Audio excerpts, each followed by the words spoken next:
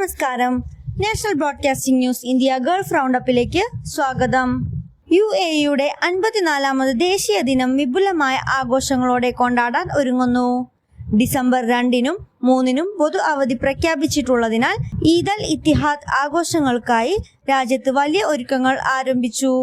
December 1-ന് ആരംഭിക്കുന്ന 4 ദിവസത്തെ വാരാന്ത്യത്തിലുള്ള സാധ്യതകൾ UAE-ലെ പൊതു അവധി നിയമങ്ങൾ സൂചിപ്പിക്കുന്നു. ചിലപ്പോൾ ഇത് 5 ദിവസത്തെ അവധി വരെ നീളാൻ സാധ്യതയുണ്ട്. എല്ലാ വർഷവും ഡിസംബർ 2-ന് UAE-യുടെ സ്ഥാപക ദിനമായി ഈദ് അൽ ഇത്തിഹാദ് ആഘോഷിക്കുന്നു. രാജ്യത്തിന്റെ പൈതൃകവും സംസ്കാരവും ഉയർത്തിപ്പിടിച്ച് പൗരന്മാരും പ്രവാസികളും ഒരുപോലെ ഈ ദിനത്തിൽ ഒത്തുചേരുന്നു. ദുബായ് ലഹരി മരുന്ന് വിതരണ ശൃംഖല നടത്തിയ 35-കാരനായ ഏഷ്യക്കാരന് ദുബായ് ഫസ്റ്റ് ഇൻസ്റ്റൻസ് കോടതി ജീവപര്യന്തം തടവ് ശിക്ഷ വിധിച്ചു. ശിക്ഷാ കാലാവധി പൂർത്തിയാക്കിയ ശേഷം പ്രതിയെ നാടുകടത്താനും കോടതി ഉത്തരവിട്ടു. പിടിച്ചെടുത്ത ലഹരി മരുന്ന് കണ്ടുകെട്ടാനും പ്രതിയുടെ സാമ്പത്തിക ഇടപാടുകൾക്ക് കർശന നിയന്ത്രണം ഏർപ്പെടുത്താനും കോടതി ഉത്തരവിട്ടു.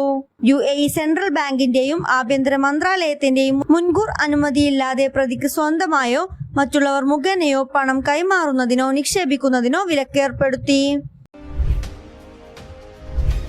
കുവൈറ്റ് സിറ്റി തൊഴിൽ ഷെഡ്യൂളുകൾ സംബന്ധിച്ച് തൊഴിലുടമകൾക്കുള്ള അപ്ഡേറ്റ് ചെയ്ത നിർദ്ദേശങ്ങൾ വിവരിക്കുന്ന 2025-ലെ 15-ാം നമ്പർ മന്ത്രിതല പ്രമേയം പുറപ്പെടുവിച്ചു.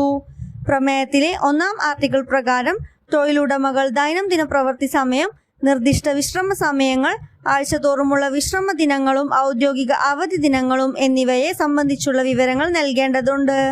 കൂടുതൽ അപ്ഡേറ്റ്സിനായി കാത്തിരിക്കുക. National broadcasting news India.